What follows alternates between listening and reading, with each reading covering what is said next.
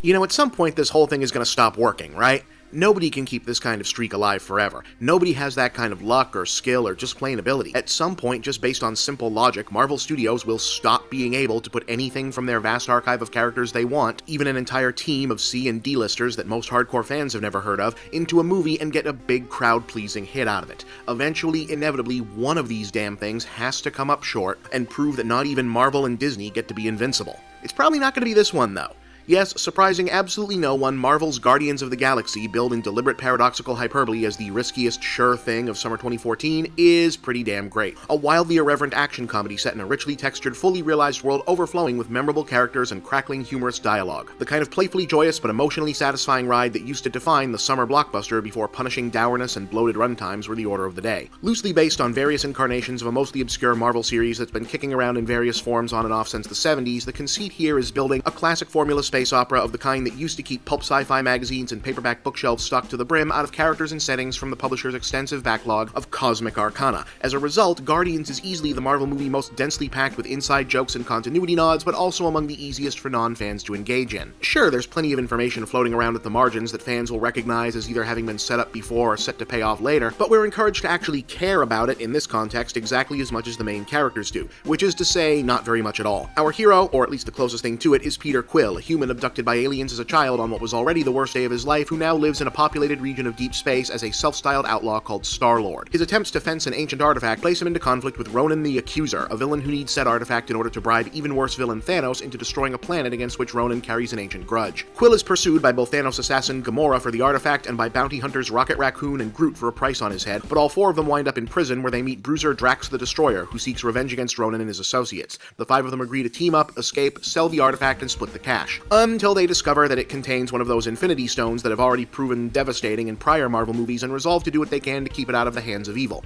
Eventually. Also wrapped up in this are cosmic Marvel staples like Yondu, the Ravagers, Nebula, Korath the Pursuer, the Nova Corps, and the Collector. Yeah, there's a lot of weirdo Marvel obscurism in here for fans to chew on, but amusingly, the more of it piles up, the less the heroes in the movie itself actually seem to care. They're also wrapped up in their own hang-ups and issues that almost every would-be intimidating information dump either gets cut off, summarized, or otherwise backgrounded in favor of keeping the focus on the immediate storyline and the characters' alternately endearing and infuriating self-possession. Which isn't to say we're in Robert Altman ensemble navel-gazing mode or anything, although the flippant banter does occasionally owe more than a little debt to MASH. Shared universe or not, Guardians is nestled comfortably in the same thematic region as the Avengers, in as much as when you get right down to it, the moral center of both films is basically friendship and teamwork are good things. The nominal variance this time being that various hardships and their uniformly unhappy backstories have turned each of the Guardians into some version of a bitter, friendless jerkbag, so it's kind of a heavier lift. But only kind of, since the only thing super heroic about this particular Marvel movie is how bravely it struggles against anything that might get in the way of its jokey, dive bar, karaoke good time. That almost becomes a major flaw near the climax, where we're suddenly asked to be super invested in the stakes of a massive battle against global existential megathreat after the rest of the movie was going, come on, about stuff like that. But it mostly hangs together thanks to how textured and complete the world feels and how charismatic the cast is, though it's possible that the big finish rushes a reveal that, while it works in the machinery of the narrative, could have used a little more breathing room to sink in. Maybe. Chris Pratt anchors things admirably as Star-Lord, one part Philip J. Fry and one part Sterling Archer, obviously arrested at the moment of his abduction and trying comically hard to embody a grade schooler's idea of a badass space hero. Rocket and Groot are miracles of animation and voice work. It's amazing how much dramatic range they get out of them. Zoe Saldana brings real depth to Gamora, which is tricky given that introverted cool is her main character trait. But the revelation might be Dave Bautista as Drax. It's possible that the one-time WWE superstar might be the most immediately believable, understated movie tough guy Hollywood has seen in a long time, exuding an instantly compelling regular guy but bigger charm despite an elaborate head-to-toe makeup job, and an ultra-literal affectation that provides some of the film's best, most surprising laughs and most human moments. I'm not sure that Marvel needed to prove that it could do something completely apart from straightforward superhero adventure in the existential something-to-prove sense, but I'm glad they did, and the challenge has been more than met by writer-director James Gunn, a hardworking veteran of the trauma school and the indie scene, who here establishes himself as a serious player on the blockbuster landscape. I've been rooting for this dude for a long time, and it's great to see him arrive. Guardians of the Galaxy might be irreverent to the point of being slight. If the Avengers was an expertly polished Disneyland fireworks show, this is more like a bunch of friends lighting off bottle rockets over a cooler of beer at the beach. But it works like hell to succeed with its own little gonzo niche of summer entertainment, very much in the spirit of classic action comedy genre romps like Big Trouble in Little China, Buckaroo Banzai, or Ghostbusters, with just enough real heart at the center to make it more than just a distraction. This movie rocks.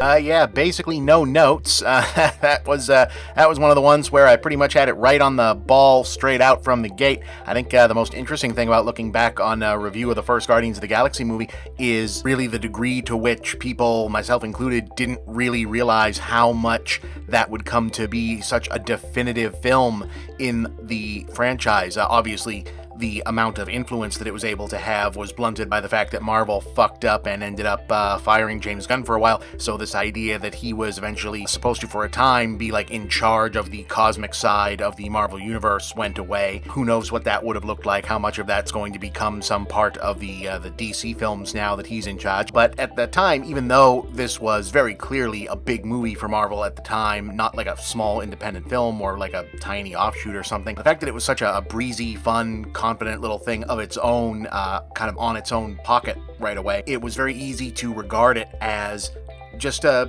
offshoot, having fun on its own terms, something separate from the rest of the project, rather than something that came to be a linchpin in many respects of the rest of the universe, and really something that, even more so than the Avengers, came to define what the rest of these were trying to be. It really does feel like, looking back on the rest of the Marvel stuff in hindsight from the first three phases, once Guardians of the Galaxy hit, in terms of the dynamic and the set personality and certainly the types of filmmakers that Marvel went looking for and the energy that it tried to have, much more so than the quote-unquote Whedonism of the first Avengers.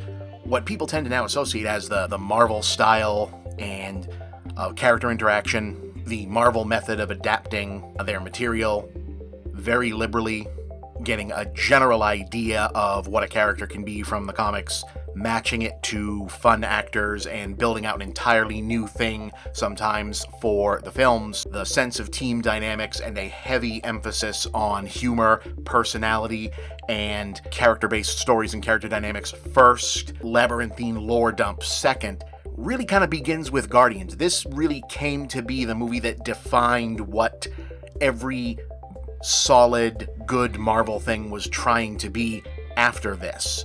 It really is like the most influential movie. Like this, when it came out, there was even a joke in like the honest trailers for it that this was sort of trying to be the Space Avengers. Pretty much after this, all of the Marvel team dynamics and all of them were trying to be some other form of Guardians of the Galaxy in some way, and it really is just amazing that for all of the good decisions that Marvel made and that Disney made in regards to Marvel, that they were so quickly willing at one point, even if it was just a momentary lapse in judgment that took forever to correct, that they were so willing to let James Gunn go at one point, because even more so, if the Russo brothers came to define the Marvel technical side of getting the Avengers movies out so efficiently in such a big way, James Gunn really gave Marvel its soul at the point that it most needed to develop one. And obviously, this is getting uploaded now, not necessarily in the chronological order with the other retro reviews, because the new one's coming out, and I'll have at least a spoiler-free take